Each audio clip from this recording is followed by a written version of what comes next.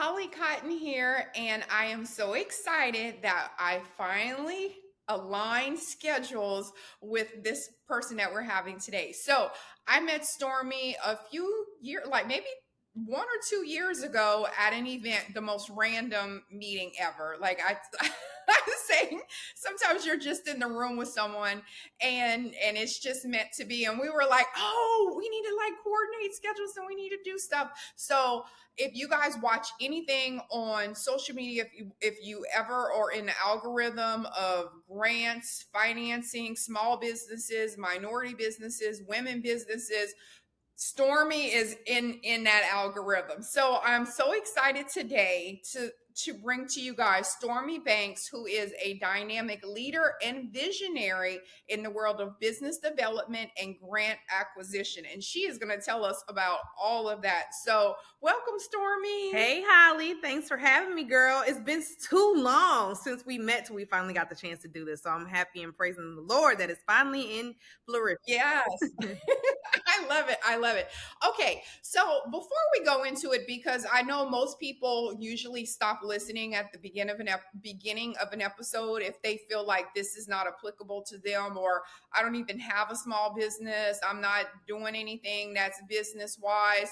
But what I want you to do is just start off by explaining how, say I'm a woman and I have an idea that maybe, whether it be something small, whether it be jewelry, whether it be being a nonprofit, whatever it is, can you tell us how I can get a, not I don't want to say how I can get a grant. Can you tell me how this information that you're going to share today is important to me, even if I don't have a business plan yet? If you are a small business, an aspiring entrepreneur, or a nonprofit business owner, what we are going to talk about today is how you can build a legacy completely debt free. So, if you are interested in legacy building, wealth building, staying debt free, ownership, 100% equity, this is the route that you can take to still get funding, do it on someone else's dime, but without the pressure and the stress of paying back additional bills and the burden of debt in your business. And I know you tell your story too about how I actually, because I went and when once we scheduled, I was like, oh, let me go watch some of her videos that tell her story. But I know you have a video that you actually detailed how most business owners start, where I go and I take out a line of credit because I feel like I need to get a printer, I need to get supplies, or I need to get packaging or whatever. So, can you go back and rewind and tell us that story of how you started your businesses, multiple businesses, but how you started your business and the mistakes that you made and things that you learned? Yeah, so my first real business was my mobile hair salon that I owned in New York. And with that business, during the time, it got started because I got fired, right? I was telling them I wanted to negotiate my salary, and they were like, no. And I was like, well, if you can't put some respect on my name, I got to respect my own. And so that's kind of what really birthed me starting my first like official registered business. And at that point, there were so many things that I did not know. I didn't understand that I had to pay people. I didn't understand that I had to pay taxes. I was like, okay, where is this money supposed to be coming from? Because I was using this money to live off of. And so when I started realizing how many bills came with just operating a business, I was like, either I'm going to work to the bone and be dead, working and grinding, or I'm going to figure out how to get some other people's money in order to be successful. So I found grants later on in life after this, during this business, but a little bit after. Initially, I had gotten a credit card because that's what I had known, right? Those are the things that are advertised to us. We always see a pre-approved credit card letter in the mail, but we never see here's a grant opportunity in the mail. And so I knew how to go for a credit card. I knew that application process, and I went and did it. And I only got approved for $1,000. But as I was doing well with that $1,000, they started increasing it to 2,000 and 3,000 and 4,000. And then later on down the line, I wasn't able to pay that money back. And then it started acquiring debt. It started acquiring interest. I think I owed them people like $5,500, and my credit limit was like $4,200 by the end of all the interest before they closed that credit card and charged it off. And from there, I was like, okay, I'm not doing that credit card route. Whatever skill set that I have, it's not made for that. And I also don't want to be on the hook when my business isn't making enough money to be able to support paying that money back without the interest. So that's kind of how all of this got started. And then I went on this deep rabbit dive on other opportunities that I can get funding without debt. And grants popped up one day by the grace of God. And I started applying. And after applying to 10 grants, I won a $50,000 grant. And from there, I was like, oh, this is the wave. And I love something that you said too, because I know whenever I went from working in corporate America to entrepreneurship, and then you said that little snippet you said about taxes, and like people don't realize there's a big difference between making a certain amount of money and having that amount of money as actually an asset or money that you can use. Because a lot of people, they come, and especially if you're watching a video on Instagram, oh, make $1 million or 7-figure business, 7 figure. Okay, you grossing the 7 figures and actually having money in your bank account can be two totally different things. So I'm glad that you said that, because I know I was a fool too. I was like, look at all this money I'm making. Oh my God, like this is this. And then I'm like, oh, but I got to pay this. Oh, now I got to use this. Or no, I got to do this. So it's a learning curve for a lot of this, starting, I say young entrepreneurs, but I mean young in the business, because obviously you can be 85 years old and still not know those business things. So let's go back to the grant. Okay, so you apply for the grant, you got the grant. And so, what I want to do is, I want people to be able to take your story, because I know you tell it all the time, but I want to make it relatable to like a just regular person. So, you went and you were like, wow, I have a grant and I have $50,000. So when these people are getting a grant, as you have your grant business and you're helping them and they get that money, what do they do with it at first? What are some of the things not to do with it at first? Like, let us know once you get that check, like, what is the next step and what is the next step not to have in place as well? Yeah, for sure. I think when it comes to getting grants, there's a lot of do's and don'ts. So I'm going to just start at the beginning and kind of take you through the process, because initially, in order to even receive the grant, you definitely have to know how to find them, and you have to consistently apply, because it is a competitive based program. So you do want to be able to showcase that you have a very clear mission, a very clear vision of where you're going, and you have a very detailed budget of how you will use that money. If you create that detailed budget and you submit your application with that, you already know how you're going to utilize the money, because you have to use it in the way that you detailed out in the proposal.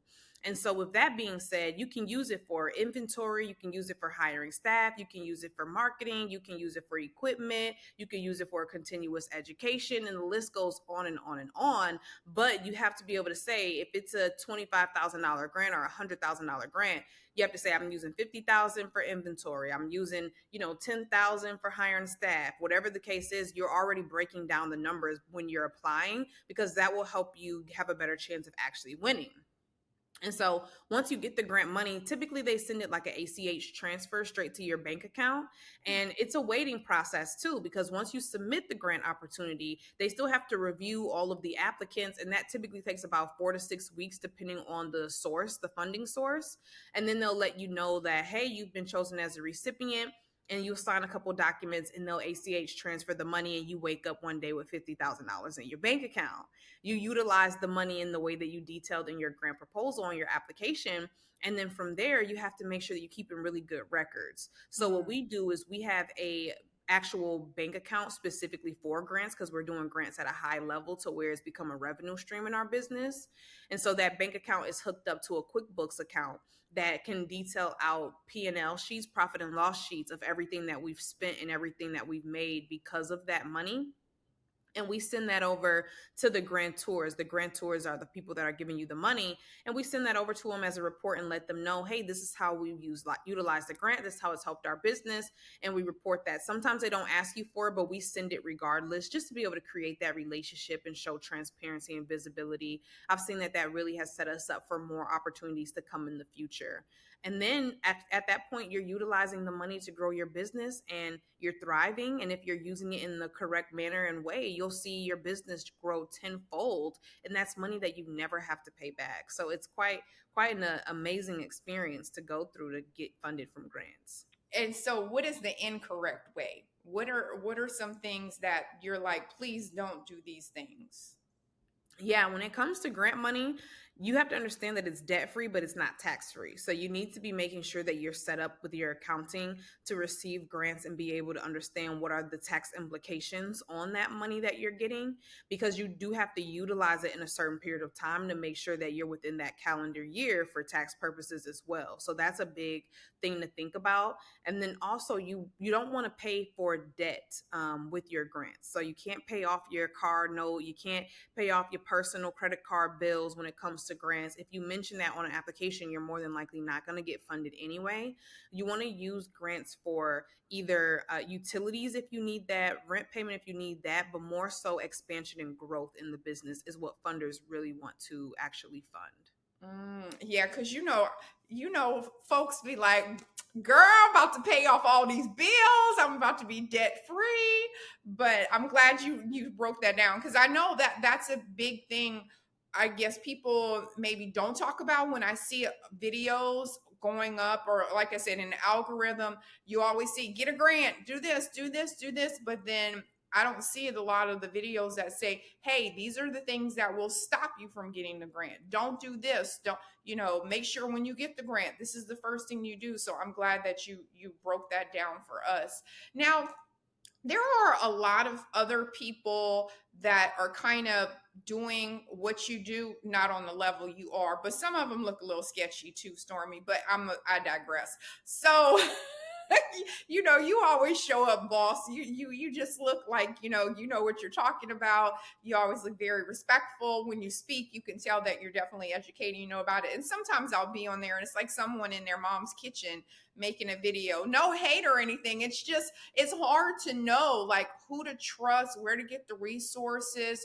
So what I wanted to ask you is, at what point did you go in your business where now you crossed over to where you kind of do have this expertise and you're like, hey, you guys, I have this knowledge, I have this, like, this is why you should work with me. Like, where is that expertise coming in at? Yeah, for sure. I think first and foremost, this whole process, we weren't supposed to become a grant writing agency. We were just educating people. Like that was where my passion lied. I was literally just going from my personal experience, right? I had applied to 10 grants and I had won a $50,000 grant. I had won a couple more grants and a couple more grants. I'm like, y'all better get on this. This is some good stuff over here. I'm like just going on Instagram and telling people on live, like, hey, y'all, I just applied to this grant, apply for this grant with me. Like, here's what I'm putting. I'm writing this out. I'm just literally walking people through the process. No charging. Didn't even know this was a valuable service. Was just literally like, here's the information. We went from Instagram lives to, hey, y'all, we got to sit down at 7 o'clock on Thursday night and let's go through this process. And then it became a community. And then it became, Stormy, can you do it for us? And now it's this full service agency, just, by doing the work and showing up on my passion of what I really love to do. I love women. I love women of color. I love business and I love money. So those things all just work together in tandem. And it came and was a full circle moment for us to start this business. And now the expertise, we've put in over 10,000 hours with writing proposals, developing programs. We've gone through certifications with the American Grant Writer Association. We have all the credentials and the accolades. All of my team is certified grant writers. So we all have gone through the training and the hours that it takes. And then it's just a lot of experience too. We've been doing it now since 2021. And we just have went through and worked with so many people. We've seen almost everything that you're going to see when it comes to a grant application. And we also just love it. We love staying on top of trends. We love seeing where the market is going and understanding how grants work. And we like being the forefronters to bring it to the community. We kind of are the ones that run over the hill first and then bring back the goods. So I think for us, it's a combination of real life certification and program development, experience, expertise, and then also just joy of what we do. Okay, great. And I wanted to give you an opportunity because that's the biggest thing too. Because everyone's like, well, who is she, and why has she got the authority to talk about this? So I just wanted you to be like, yes. So respect me, baby, because this is what we've done. Okay, love that, love that. Now, another thing I wanted to ask you is, you mentioned that you had applied for 10 grants before you received one. So I know for me, as not me personally, I'm just saying. So me as an entrepreneur, say I'm starting, because I see all the time, beauty shop seems to be like the biggest trend of women starting a business, right? So I have a beauty shop, and I see one of your videos, and I'm like, oh my gosh, I really want to get a grant. And so I reach out to you guys, and it's like we're like 12 grants in, and I still haven't gotten anything. So now I'm just like, you know what, Stormy, this is some BS. Like, I'm tired of this. I feel discouraged right now. So I'm thinking that's probably a common feeling and a common situation. So how do you address that? And do you tell the people don't get discouraged, or do you tell the people, well, hey, your business is kind of a sucky business, so maybe you shouldn't? Maybe they're trying to tell you that your business is not a good like, how do you navigate that? Yeah, it's a conversation that needs to be had because you're not going to win every grant you go for no matter what. That's just kind of how the odds work anyway. But when you're not winning consistently after applying to, I would say 1 month consistently applying and you haven't won any of those grant opportunities, now there might be a business model concern that we need to focus on. Or it may be a writing concern. Maybe you're not articulating it the best way for someone to digest it over another business that also is going for that grant opportunity.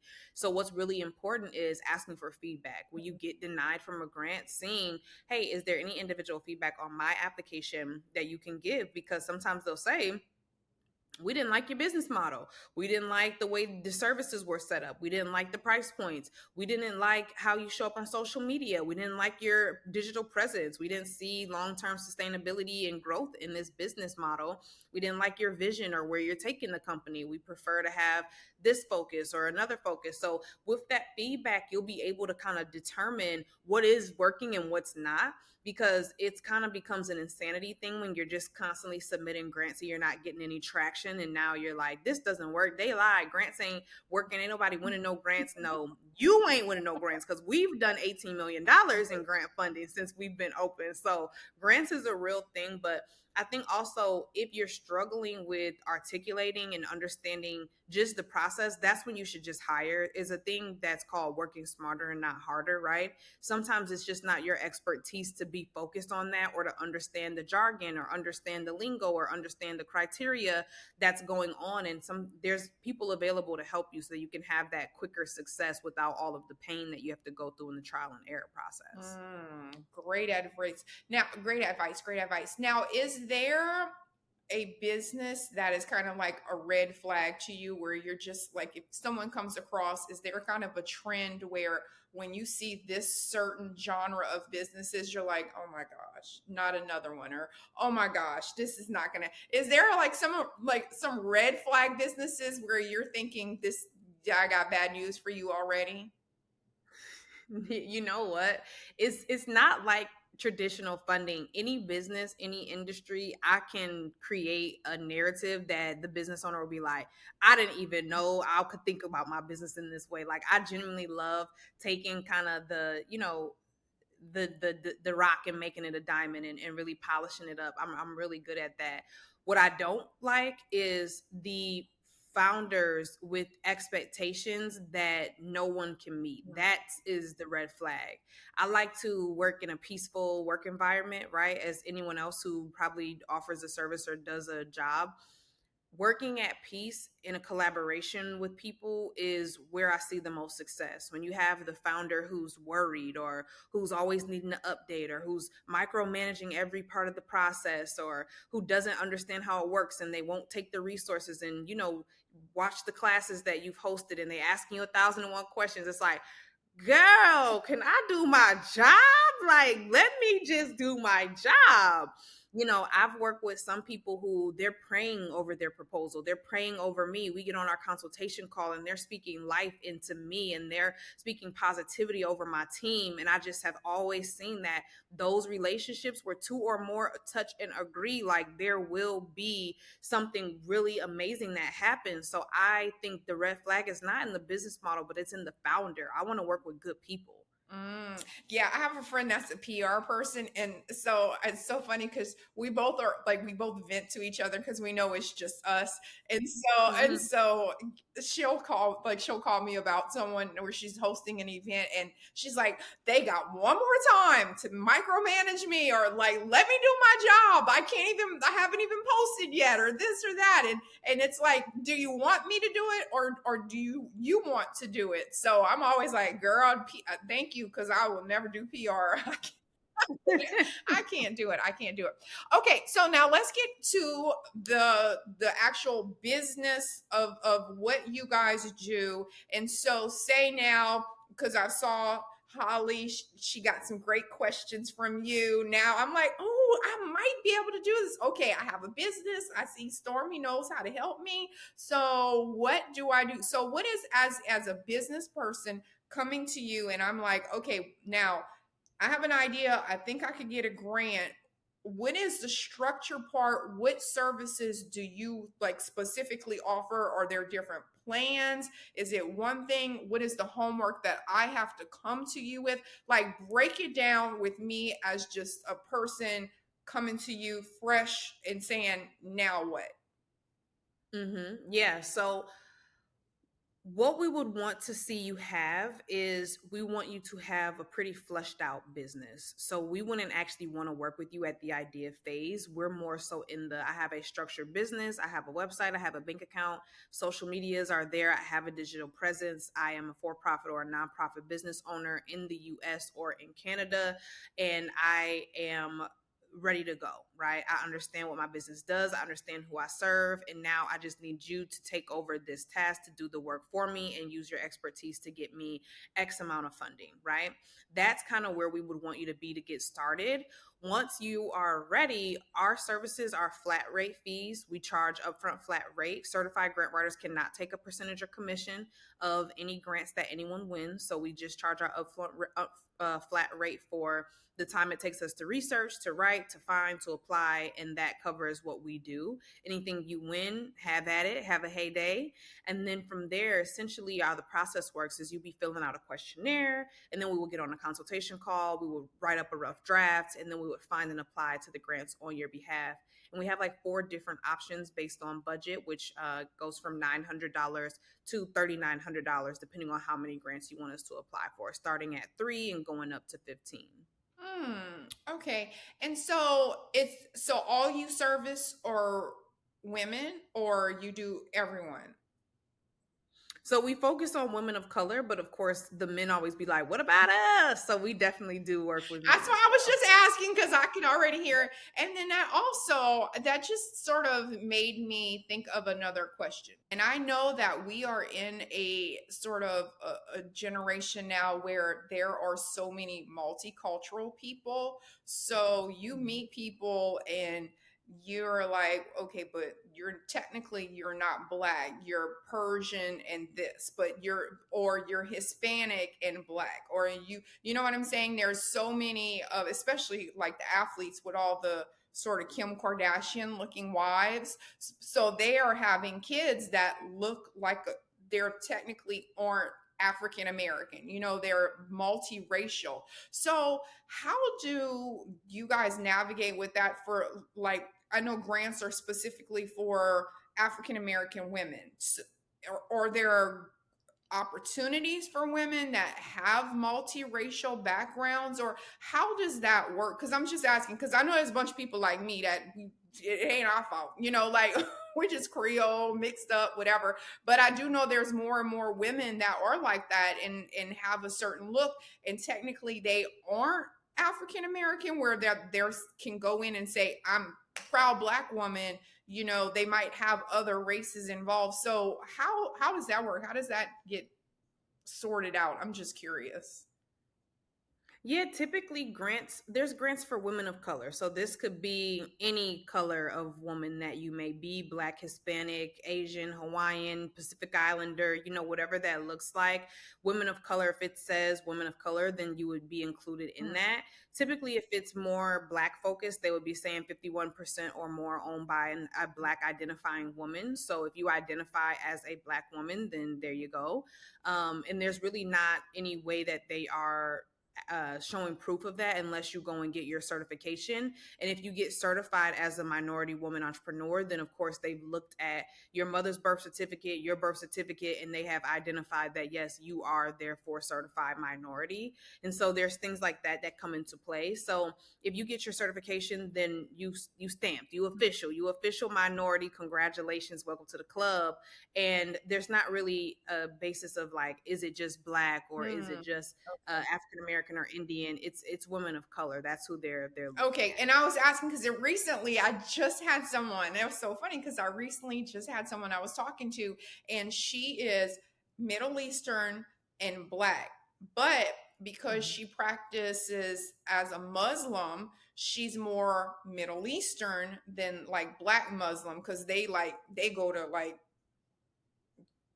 I don't want to say Dubai, but they are like in the Middle East. So she looks very Indian and she practices Indian, but she is still her dad was Black. So I was just wondering because again, if you're applying for something, even though your dad is Black, but you're practicing, I was just wondering if it just gets like messy or if it's just linear. So thank you for explaining that. And then also I wanted to ask, why did you decide that you wanted to speak up for women? Experience, me being a woman and a woman of color, I just definitely felt like we needed representation and we needed people who were comfortable being a rebel against the systematic oppression that we were constantly feeling and seeing when it came to us starting businesses and not having the same opportunities and resources as our counterparts. And I just had enough guts to do it. And so it's worked out. And I have beautiful relationships with women. I always want to see them be supported, and I always want to help them navigate through the process as much as I possibly can, and just be that beacon of light, as someone that they can go to in the navigation of grants and business and things of that nature. So calling, experience, and just pure desire and passion. I love that. I love that. I'm just asking because I always start off like, "Hey, you guys know I love female empowerment," and then men will come and be like, "Why are you always about the female empowerment?" I'm like, "Because y'all run the world. Hello, it's like don't come over here questioning me. I'm trying to make opportunities for women. Excuse you." So I love that. I love that. Okay, so my last question, Stormy, is I know that you have a lot of stuff going on right now. You have tons of events. I just saw one of your funny reels where you threw coffee on someone and said, if you guys don't come by November 16th, I think it said, like you're getting locked out of the door. So tell us about other than say I'm not ready to commit to the grant writing, but you offer a ton of resources, you offer classes, you offer all of these other things. So give us a little bit of insight into all the other stuff that you offer as well.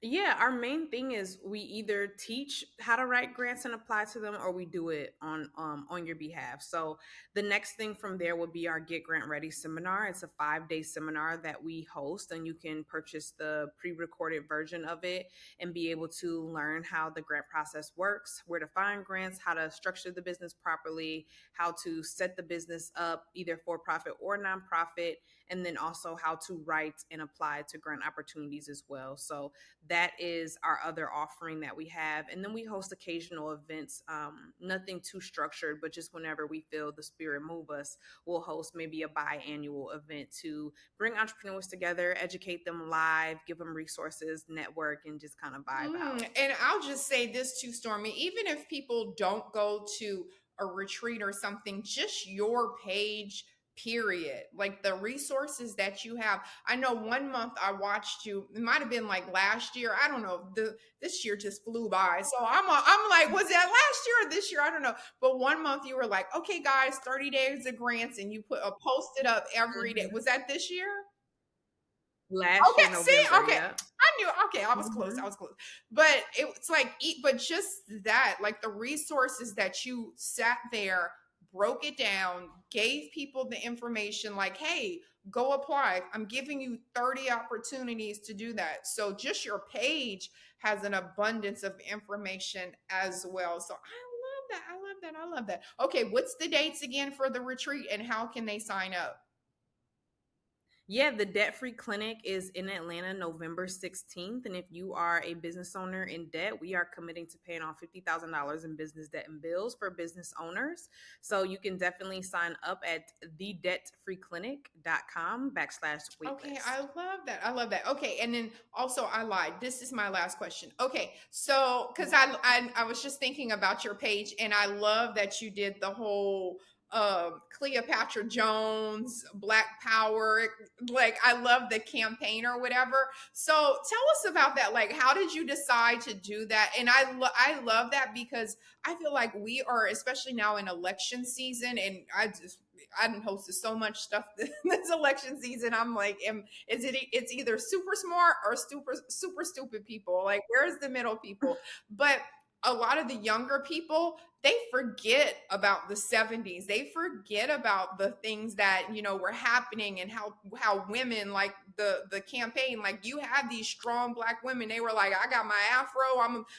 I'm being the boss here. So tell us how you came up with that idea. So the Debt Free Clinic was really inspired by Elaine Brown, who is part of the Black Panther Party. She was actually the first woman to lead the Black Panther Party. She was revolutionary in her approach for economic development and community empowerment. She would host free lunches for the kids. She would also host things like free clinics where they would be able to get shots in healthcare and things of this nature. And so I really was inspired by another strong Black woman offering these opportunities to serve the community that she was impacted by. And so we created this campaign called In the Black, because In the Black also means that you are profitable in your business. And our whole thing was to be debt free and to get debt free funding. And so we created In the Black to not only showcase and show homage to the brilliant minds that came before us that did so much good in the community, but also to let people know that, hey, it's time to be profitable. It's time to be debt free. It's time to be in the black.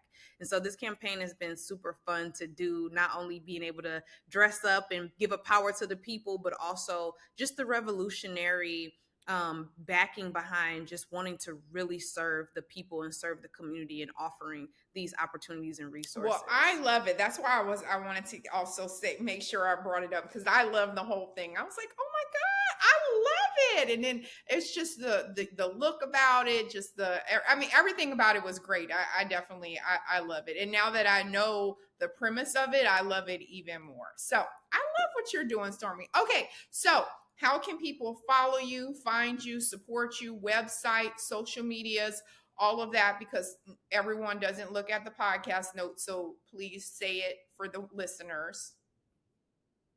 Yeah, if you want to get in contact, definitely reach out to us via our website. It's www.pinkprintfirm.com. And then we are across all socials as Pink Print Firm, or me personally at Stormi Banks _. And that's Stormy with an I I. love it. Yeah, they did that to me too, Stormy. Somebody stole Holly Cotton. Now I got to be Holly Cotton _. And she only has like 200 followers. I don't Mm-mm. even think she posts. Like, give me my thing. I tried to find the Stormy Banks profile. I can't find her. So, Because I would email her and I would say, hey, we'll pay you for yes, that. yes, but no, but it's okay. We're starting our own little posse with the underscores, so we don't need y'all. You know. I love it. I love it. And I will have all of Stormy's information in the podcast notes and clickable links. So thank you, Stormy. Thank you, Holly, for having me. You all have a wonderful night.